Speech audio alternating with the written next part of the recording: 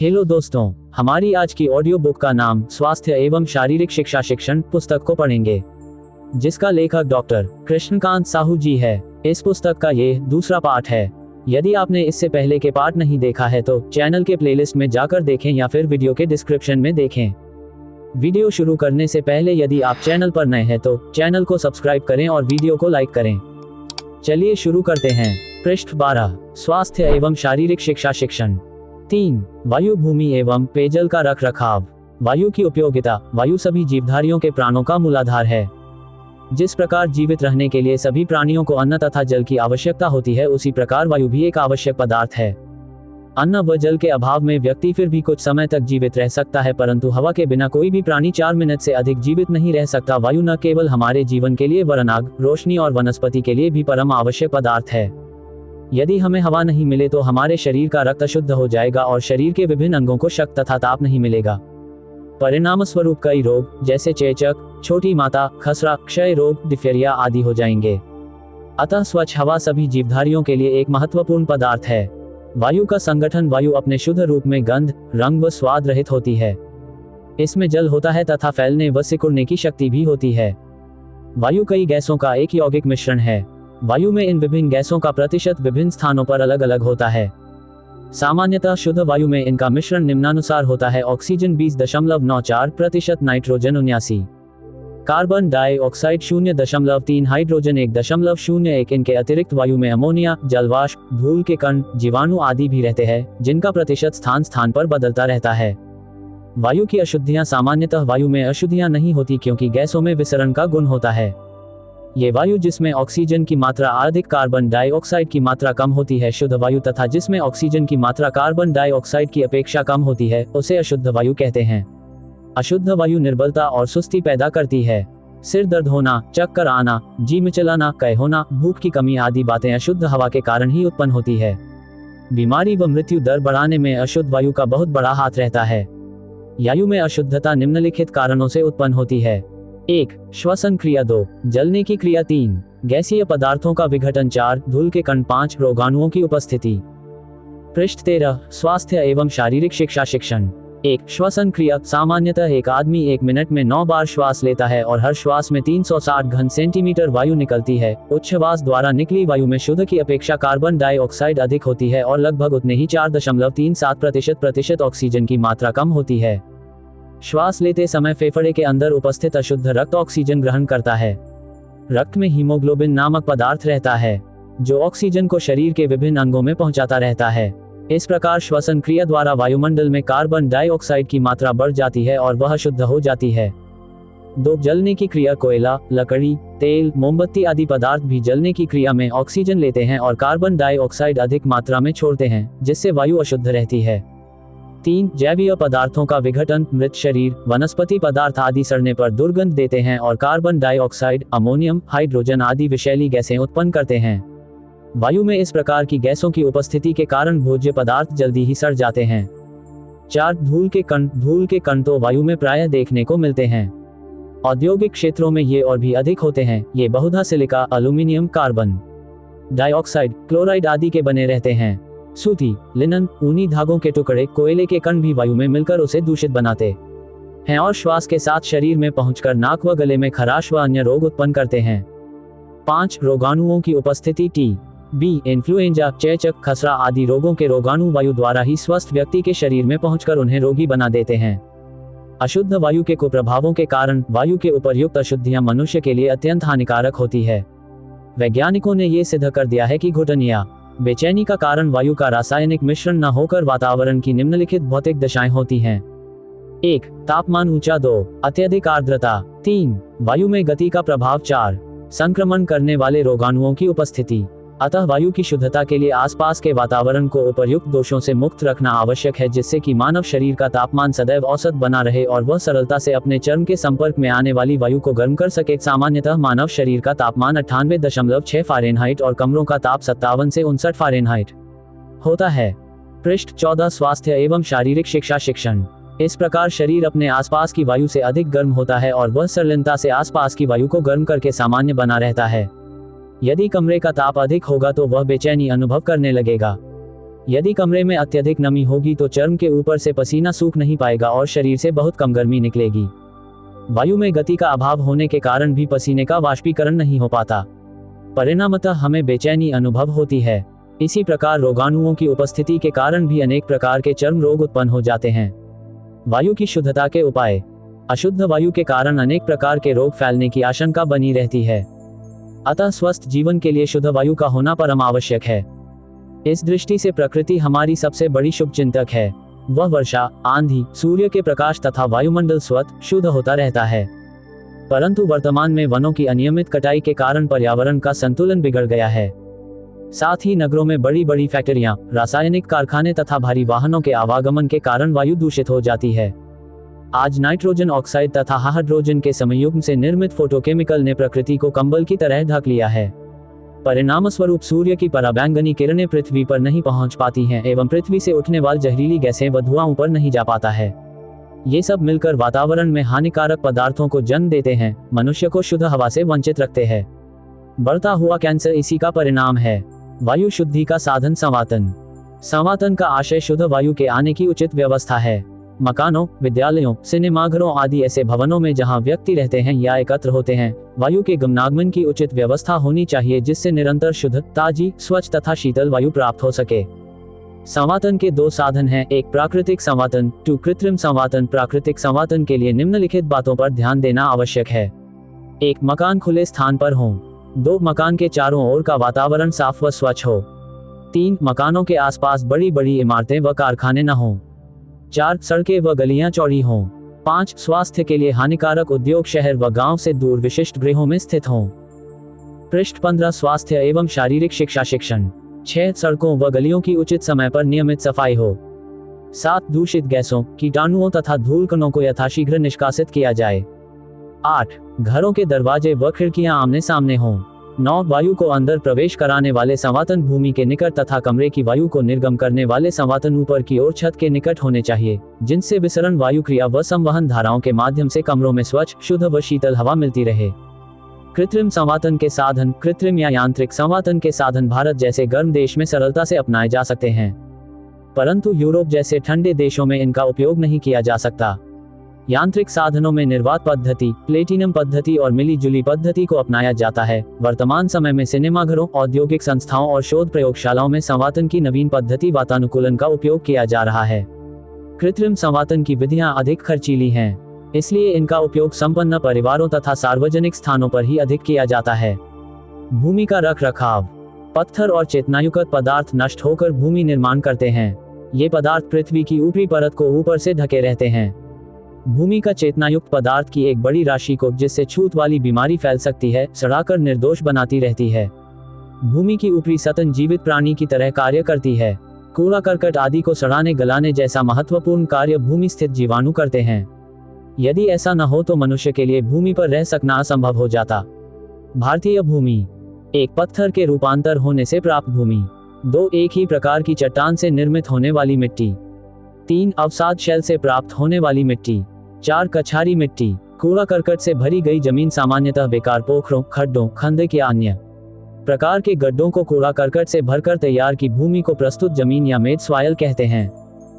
पृष्ठ 16 स्वास्थ्य एवं शारीरिक शिक्षा शिक्षण। प्रस्तुत जमीन संबंधी सावधानियां। 1. प्रस्तुत जमीन को अच्छी तरह सूखने के लिए छोड़कर जलविहीन हो जाने देना। 2. भराई का कार्य शीत ऋतु में करना चाहिए, जिससे ग्रीष्म ऋतु में उसे अंदर का जल स्वतः सूख जाए। 3. यदि गड्ढा काफी बड़ा हो तो भरावट एक बार न करके सतह दर सतह करनी चाहिए। 4. भरावट धरती की सतह से लगभग 2 फीट ऊपर होनी चाहिए, जिससे वह बाद में बैठकर सतह के बराबर आ जाए। 5. भरावट की हर सतह पर कूड़ा करकट को अच्छी तरह बैठ जाने का अवसर देना लाभदायक होगा। 6. भरावट के बाद लगभग 10 वर्ष तक ऐसी जमीन को परती छोड़ देने के बाद ही गृह निर्माण का कार्य उत्तम होता है। 7. धरती की भीतरी नमी को सोखने के लिए परती जमीन पर तरकारी व अन्य पौधों को काफी अंतर देकर लगाना चाहिए। भूमिगत रोग ये 4 प्रकार के होते हैं। कृमि रोग 2, हैजा, पेचिश व मियादी बुखार 3, घनुष्टनकार 4 और वात व्याधि।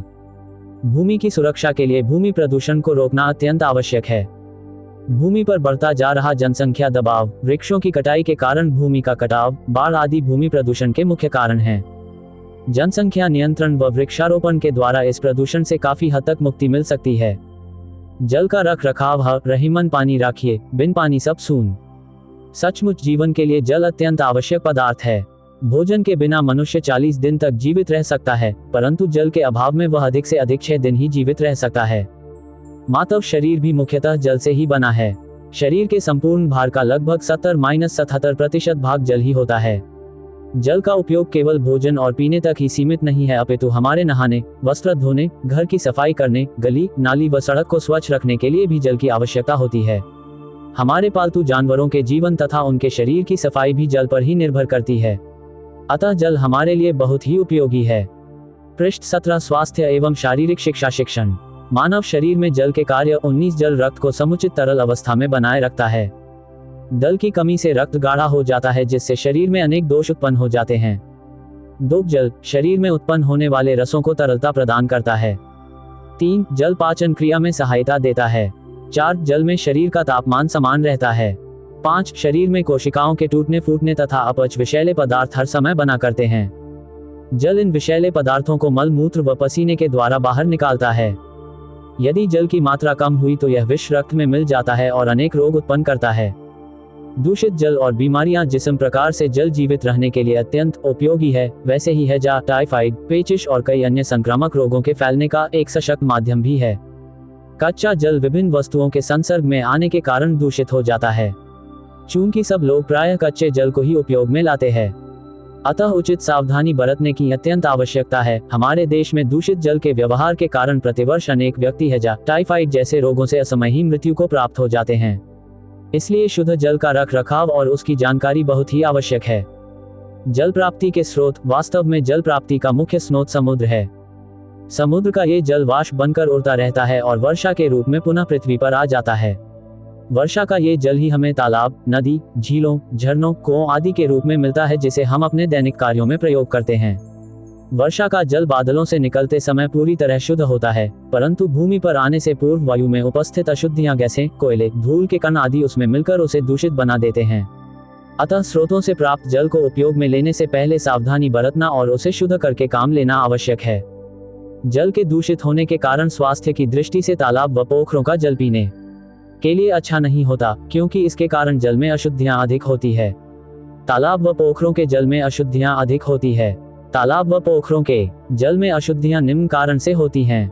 1 मनुष्यों द्वारा इनके किनारे और आसपास मलमूत्र त्याग करना।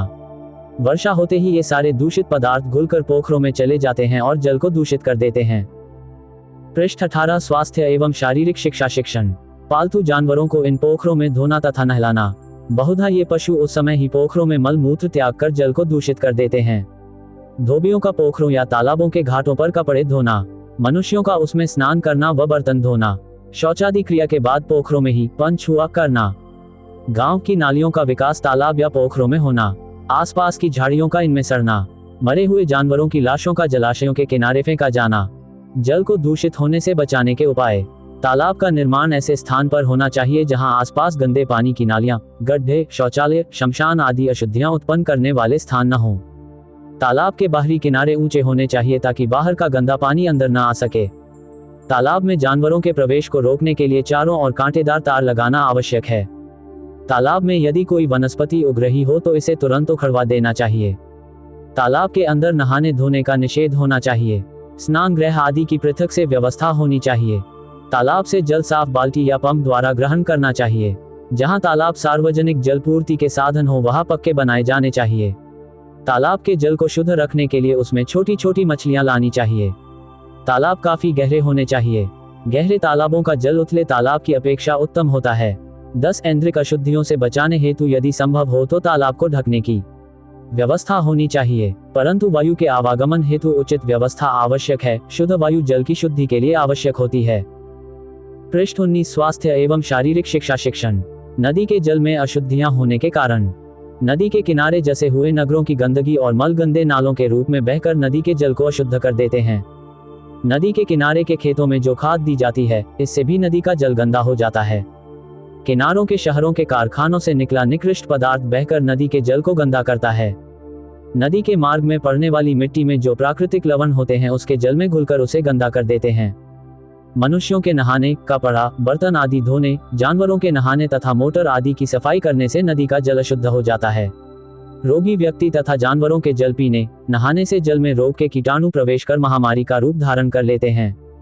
नदी में शव बहा देने की प्रथा भी उसके जल को अशुद्ध कर देती है। तट पर जलाए गए शव और नदी में प्रवाहित उनकी अस्थियां व राख नदी के शुद्ध जल को पीने के लिए अनुपयुक्त बनाती हैं।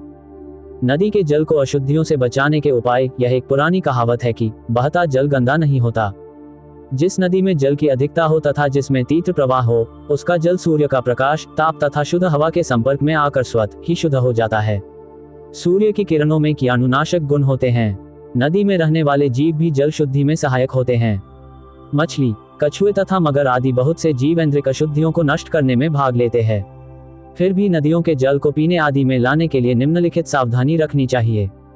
कोष्टक, नदी के किनारे से कम 7 या 0 मीटर दूर पर सार्वजनिक जल पूर्ति हेतु जल संग्रह की व्यवस्था की जानी चाहिए। जल संग्रहालय नदी से लगभग 3 किलोमीटर दूर स्थित होने चाहिए। जल ग्रहण करने के स्थान के आसपास नहाने, धोने, जानवर नहलाने, नगर का मल फेंकने तथा मछली आदि पकड़ने की मनाही होनी चाहिए। जहां पर सरकार या नगरपालिका द्वारा सार्वजनिक जल संग्रह और जल वितरण की व्यवस्था न हो, वहां पर नदी का जल किसी साफ तट पर से। पृष्ठ 20 स्वास्थ्य एवं शारीरिक शिक्षा शिक्षण लेकर छानकर या उबालकर ही प्रयोग में लाना चाहिए। कुओं के जल में अशुद्धियों के कारण। कभी कभी कुआं ऐसे स्थान पर होता है जहां भूमि के प्रवेश स्तर में दरारें होती हैं, जिनसे धरातल का गंदा और मलयुक्त जल बिना पूर्ण रूप से छिने ही अप्रवेश्य स्तर तक पहुंच जाता है। इस अपूर्ण छिने जल में घुलनशील ऐन्द्रिक द्रव रह जाते हैं। इससे वहां का जल दूषित हो जाता है। खुले कुओं में पेड़ों की पत्तियां, कूड़ा करकट आदि अशुद्धियां गिरने की संभावना रहती है। इससे वहां का जल दूषित हो जाता है। यदि कुएं पर नहाने धोने के जल के निकास की उचित व्यवस्था न हो और कुएं की दीवार पक्की न हो, तो अशुद्ध जल कुएं में जाकर उसके जल को दूषित कर देता है। आदर्श कुएं के जल को अशुद्धियों से बचाने के लिए उसका निर्माण ही इस तरह से किया जाए जिससे क्रिया जल में अशुद्धियां होने की संभावना कम से कम रहे। एक आदर्श कुएं में निम्नलिखित विशेषताएं होती है। कुएं का निर्माण ऐसे स्थल पर किया जावे जहां शौचालय, गंदे जल के गड्ढे, अस्तबल, गंदे जल के नाले कम से कम 30 मीटर दूर हों। कुएं की भीतरी दीवार पक्की ईंटों या पत्थरों की होनी चाहिए और उसके ऊपर सीमेंट का पलस्तर करा देना चाहिए, जिससे इधर उधर का पानी कुएं में न आ सके। कुएं की दीवार भूमि की सतह से काफी ऊपर तक होनी चाहिए। कुएं के चारों ओर ढलावदार पक्का चबूतरा होना चाहिए। चबूतरों का ढलाव बाहर की ओर हो, जिससे बाहर का पानी किसी दशा में भी कुएं के अंदर न जा सके। पूर्ण विराम। कुआं कॉन्फी गहरा होना चाहिए। कुआं जितना गहरा होगा उसका जल उतना ही शुद्ध होगा। कुएं के आसपास वृक्ष नहीं होने चाहिए और न ही आसपास के पेड़ों की जड़ें कुएं की दीवार में से निकलने देना चाहिए।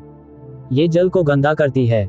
कुआं ऊपर से ढका होना चाहिए तथा ढक्कन इस प्रकार का होना चाहिए जिससे पेड़ पौधों की पत्तियां आदि कुएं में न जा सके परंतु हवा का प्रवेश हो सके। पृष्ठ 21 स्वास्थ्य एवं शारीरिक शिक्षा शिक्षण 8 कुएं के चारों ओर नहाने, बर्तन और वस्त्र धोने पर रोक होनी चाहिए। 9 कुएं में पानी खींचने के लिए गंदी रस्सी व गंदे बर्तन का प्रयोग नहीं करना चाहिए। जल के प्रकार। जल 2 प्रकार का होता है, 1 कठोर जल और 2 मृदु जल।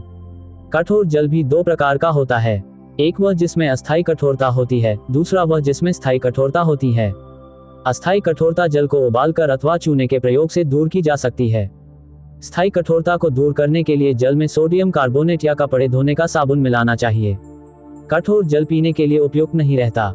इसके प्रयोग से मंदाग्नि, पेचिश आदि रोग हो जाते हैं। नहाने, तारांकन, कपड़े धोने तथा खाना पकाने के लिए भी इस जल का उपयोग उचित नहीं होता, क्योंकि इसमें कैल्शियम तथा मैग्नीशियम के लवण घुले होते हैं। इससे वस्त्र धोने में साबुन भी अधिक खर्च होता है। मृदु या कोमल जल पीने, खाना पकाने व नहाने धोने के लिए अति उत्तम होता है। इसमें कैल्शियम कार्बोनेट या सल्फेट बहुत कम मात्रा में होते हैं या बिल्कुल भी नहीं होते। ये जल पीने में मधुर व स्वादिष्ट होता है। जल को शुद्ध करने की विधियां। सामान्यतः जल को 3 विधियों से शुद्ध किया जा सकता है, 1 भौतिक, 2 रासायनिक और 3 यांत्रिक। भौतिक विधियां। 4 जल को उबालकर, जिस जल के दूषित होने का संदेह हो उसे उबालकर पीना चाहिए।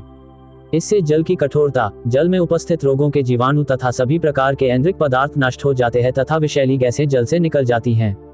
नदी, तालाब, उथले कुएं आदि का जल उबालकर पीना स्वास्थ्य के लिए उत्तम होता है। 2 जल का आसवन। इस विधि से पहले जल को उबालकर उसकी भाप बनाते हैं। इसके बाद उस जल को यंत्रों द्वारा ठंड पहुंचाकर उसे जल के रूप में बदल लेते हैं। 3 अल्ट्रावायलेट किरणें। ये किरणें रोग के जीवाणुओं का नाश करती हैं। जल की बड़ी राशि को शुद्ध करने के लिए बड़े बड़े यंत्र बनाए गए हैं। इन यंत्रों से अल्ट्रावायलेट किरणें उत्पन्न होती है। ये किरणें जल को शुद्ध करती हैं। 4 छानना सामान्य रूप से अवलंबित अशुद्धियां इस विधि द्वारा दूर की जा सकती है। स्वास्थ्य एवं शारीरिक शिक्षा शिक्षण पुस्तक का तीसरा पाठ देखने के लिए चैनल के प्लेलिस्ट में जाकर देखें या फिर वीडियो के डिस्क्रिप्शन में देखें। यदि यह वीडियो आपको पसंद आए तो वीडियो को लाइक करें और चैनल पर नए हैं तो सब्सक्राइब करें। धन्यवाद।